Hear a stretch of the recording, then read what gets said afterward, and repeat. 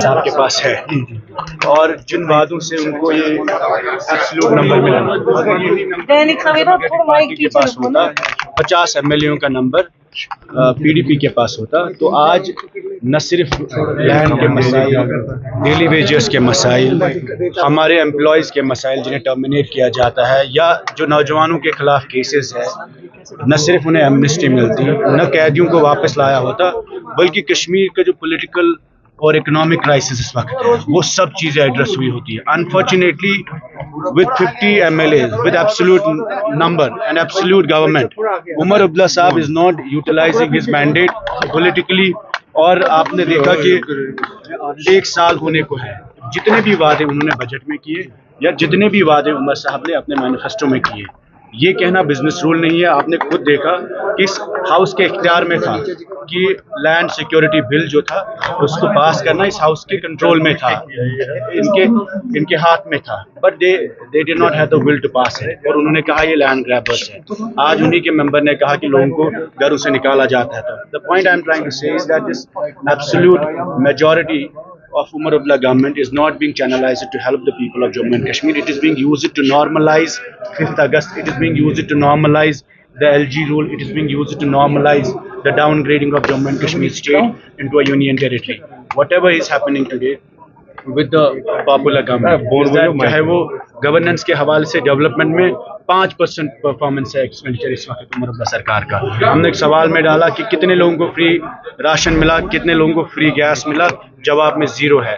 Rationalisation کے حوالے سے ہم نے کہا کہ 6 مہینے ہوئے، آپ نے ریشنلائزیشن کا کیا کیا؟ اس وقت اس کا کوئی جواب نہیں ہے. کہ سب کیبنٹ کمیٹی جو بنی to rationalize the reservation issue, اس کا کوئی جواب نہیں ہے. ڈیلی ویجز کے حوالے سے 1 لاکھ لوگوں کا لسٹ ہمیں ملا کہ کیجول لیبرز، نیڈ بیس اور ڈیلی ویجز جو ہے 1 لاکھ لوگ ہیں، اور ان کی جاب سیکیورٹی ابھی بھی it has been hanging from years now. انہوں نے وعدہ کیا 6 مہینے میں ایک کمیٹی بنے گی، تشکیل ہوگی اور وہ بایو میٹرک کرے گی. 1 lakh people have been identified, no action has been taken. So unfortunately there is no difference between the governor's rule and the popular government. اس وقت بھی لوگوں کے مکان اٹیچ ہوتے تھے، اس وقت بھی ملازم 311 میں ٹرمینیٹ ہوتے تھے، اس وقت بھی یہاں کے قیدیوں کو باہر لیا جاتا تھا، اس وقت بھی نوجوانوں پہ FIRs لگتے تھے. This mandate should have been used to start a political process and reconciliation for the people of Jammu and Kashmir. This is not about governance. This is also for an engagement with New Delhi to talk about the political issues of Jammu and Kashmir, about the human security, land security of the people of Jammu and Kashmir. اور خاص کر جو ہمارے قیدی باہر ہیں ان کی واپسی ہونی چاہیے. نوجوانوں کے خلاف جو کیسز ہیں انہیں withdraw کرنا چاہیے. جیسے محبت جی کے وقت میں 12,000 لوگوں کو ایمنسٹی ملی.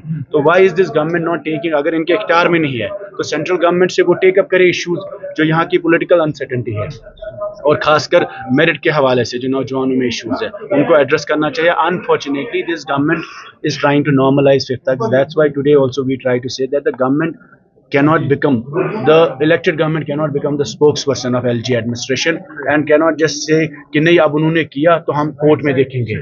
ہمیں مینڈیٹ ملا ہے ان چیزوں کو چیلنج کرنے کا. ہمیں مینڈیٹ ملا ہے جو 5 اگست 2019 سے یہاں چینجز ہوئی ہے لینڈ لاز میں یا ایڈمنسٹریٹو چینجز ہوئی ہے اس کو کوشچن کرنے کا.